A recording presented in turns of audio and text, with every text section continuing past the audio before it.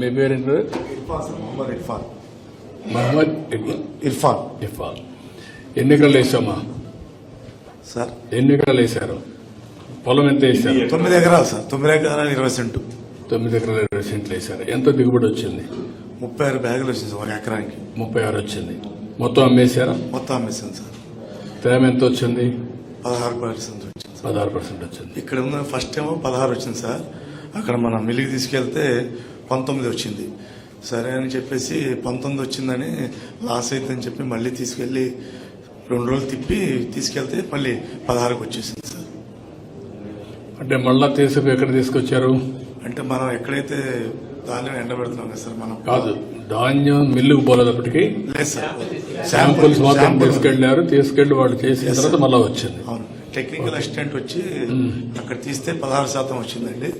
మళ్ళీ అదే అక్కడ తీసుకెళ్ళాలి. అక్కడ ఇలాంటి మెషినే కదా సార్? అదే కొంచెం డౌట్గా ఉంది సార్ మాకు. అనేది ఏంటంటే నేను కూడా అందుకే అన్ని సార్ వీళ్ళు ఎంత పెడుతున్నారో మనకు తెలియదు. మనం చూడం కదా సార్.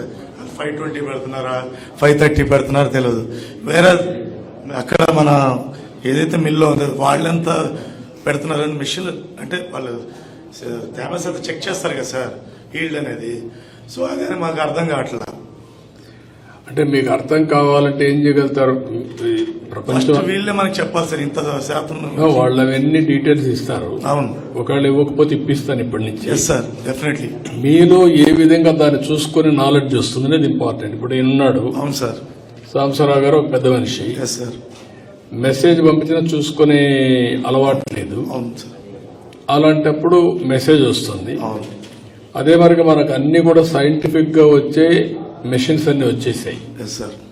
అవన్నీ వచ్చినప్పుడు ఇక్కడ మెషిన్ కు అక్కడ మెషిన్ కు వేరియేషన్ రావడానికి వీల్లేదు. అదే నేను అడిగాను. ఇప్పుడు అది వస్తుంది సార్. ఇక్కడ సేమ్ మిషన్, అక్కడ సేమ్ మిషన్.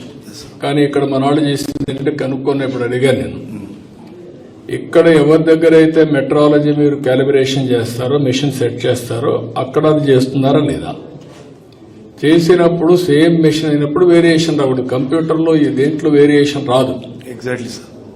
మీ సెల్ ఫోన్ ఆయన సెల్ ఫోన్ 2 ఒకటిగా పనిచేస్తాయి తప్ప మీది ఒకటి ఆయన ఒకటిగా పనిచేస్తాం. కాబట్టి దాన్ని ఏం చేయాలో వర్కౌట్ చేస్తాం. ఇప్పుడు ఓవరాల్ గా మీకు ఈ సిస్టమ్ ఇప్పుడు ఉండే ప్రొసీజర్ ఓకేనా? Yes sir, exactly sir. ఏ ప్రాబ్లం లేదు. అయితే మనకి డబ్బులు కూడా లేట్ గా వచ్చాయి. 2-3 months లో వచ్చేది.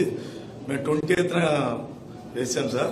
29th అంటే 30th కి మధ్యాహ్నంగా మన అకౌంట్ లో మనీ పడిపోయాయి. నేను ఒక మాట చెప్పాను మా వాళ్ళకి, ఇక్కడ తేమ తీశారు, పాస్ అయిన తర్వాత రైస్ మిల్లు తీశారు.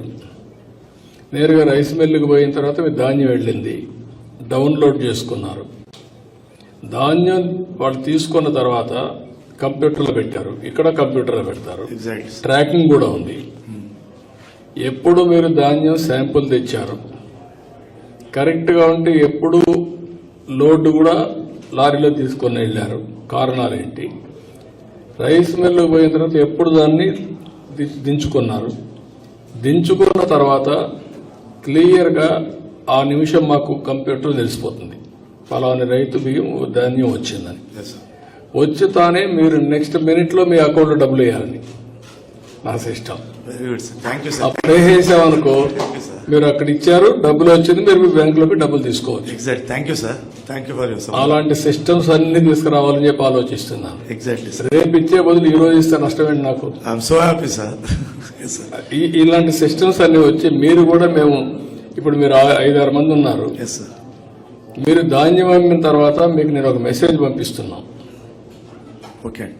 ఏది సివిల్ సప్లైస్ తరఫున IVRS ఫీడ్బ్యాక్ కింద తేమ మీద మీకు గిట్టుబాటు ధర వచ్చిందా లేదా, గోతాలు సరిగా ఉన్నాయా లేదా, 48 గంటల్లో మీకు డబ్బులు పడ్డాయా లేదా అని పంపిస్తున్నాను. మీరు కూడా ఇన్ఫర్మేషన్ పంపిస్తున్నారు. అది కూడా ఓన్లీ 9%-8% పంపిస్తున్నారు. యాజ్ ఆన్ టుడే రా నువ్వు నేర్చుకోవాలా, చాలా ఉంది. మీకు అంతా తెలుసని మీరందరూ అనుకుంటున్నారు, ఇంకా నేర్చుకోవాలి చాలా ఉన్నాయి. నేను process integration and automation perfect గా వెళ్లాలని చూస్తున్నాను. ఏ రైతు అడిగినా నాది మారిగా తప్పు జరిగిందంటే కాదయ్యా ఇది జరిగిందని నేను చూపించే పరిస్థితిలో ఉండాలి. ఏ రైతుకు అన్యాయం జరగకూడదు.